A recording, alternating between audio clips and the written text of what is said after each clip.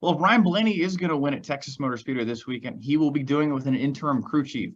Blaney has lost his crew chief, Jonathan Hassler, for 4 races, along with 2 other crew members, Zachary Price, his rear tire changer, and Graham Stoddard, the jackman. The suspensions come after Saturday's Bristol race where Will came loose. NASCAR announced on Tuesday, September 20th, that the team would be foregoing these 2 crew members along with the crew chief, and their suspensions will be up at the end of the Las Vegas race in the round of 8. So if he's going to make it out of this round, he's going to have a few new moving pieces with his team. David, that's been the standard punishment for loose wheels this year. NASCAR has been trying to send a message on that. Do you think it's a bit harsh? Man, at least they've been consistent about it. You know what I mean? It is a little harsh, but, like Dominic was saying, they've been consistent with the calls. And, if your wheel comes off, we see the crew chief get a suspension, 4 ways for suspension. It's kind of interesting to hear that the tire changer and the jack man is involved in that process as well. I just think the Penske organization is so strong, and their car chief, the engineer, I think they'll step up the plate, and I don't think it will slow Ryan Blaney's car down. I think you'll see them have speed. I think you'll see them as a contender Sunday afternoon. And but man, harsh. I think it's been harsh all year. Consistent, spot on. If you have a wheel come off your race car during any cup race, the consequences of it. So kind of interesting that you would slow down and make sure that your one lug nut is locked on. You know what I mean? And it's kind of interesting to have a playoff team, make a mistake, like a costly mistake, and to lose your crew chief for the next 4 races. I think there's challenges there, but having an organization like Roger Penske and the people that the crew chief is, the team they have built, I don't think they'll skip a beat, really. Dominic, we mentioned the consistency with that ruling. That's been par for the course this year. But I look at it, the loose wheel stuff. You're not trying to get a competitive advantage here. You want the lug nut on the car. That's where it blows my mind is that, yes, it is a safety issue and you're trying to deliver a message here, but it's not like that, by having a loose wheel that a team has an advantage on everybody else either. That's what doesn't add up for me.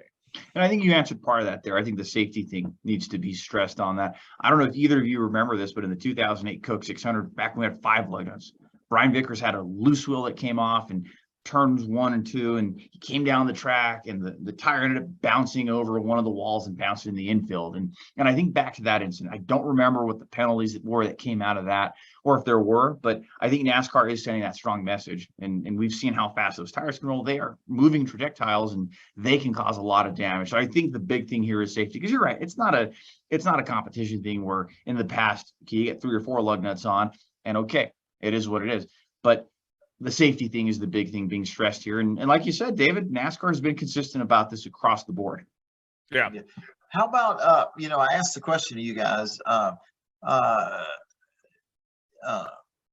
penalties from other teams with the tires coming off, have they been like the tire changer and the jack man, the jack person, have they been getting those big penalties as well, or is this something new? Yeah. It's been crew chief, tire changer, jackman. Yeah. Because, it's interesting because, the crew chief, he's up on the pit box, and the tire changer and the jackman's the one that's actually doing the work. Hands on, and, you're not supposed to drop the jack, and the car's not supposed to leave until you're 100% guaranteed that, those tires are tight and locked on there. You know what I mean? So it's kind of interesting, you know what I mean? And, it definitely will be somewhat of a challenge for the Penske, Ryan Blaney and his Penske team. But, I just think they have such great people in place. The engineer will step up. And I think the car chief, whoever they're going to put in that place, intern, and whatever you call them, Yeah. But still, no matter what we think, but you got to think not having your crew chief on the pit box is going to be a little bit of a challenge for the team. Your leader. David, tell me this. I mean, you're around your pit crew guys all the time, obviously. How difficult is that job that they do, and to get the speed and all the practice to get to that speed? What goes into being on a pit crew like that? Man, you can win or lose a race. Your pit crew is everything. They play such a crucial ingredients to the success of the team on that race. I mean, you can win or lose a race with your pit crew. So man, so important. Every job when that car hits pit road, when it pulls into your pit box, pit stall, and man, your crew jumps over that wall.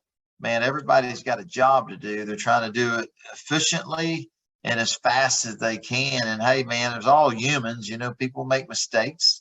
But man, I think, in this championship chase format that we have, I think the teams that can limit the mistakes will be the ones that prosper, but man, your pit crew, the men and women that change these tires, gas these race cars, make adjustments to them, man, they're everything to a racing team. You can win or lose, they can break you or make you, really.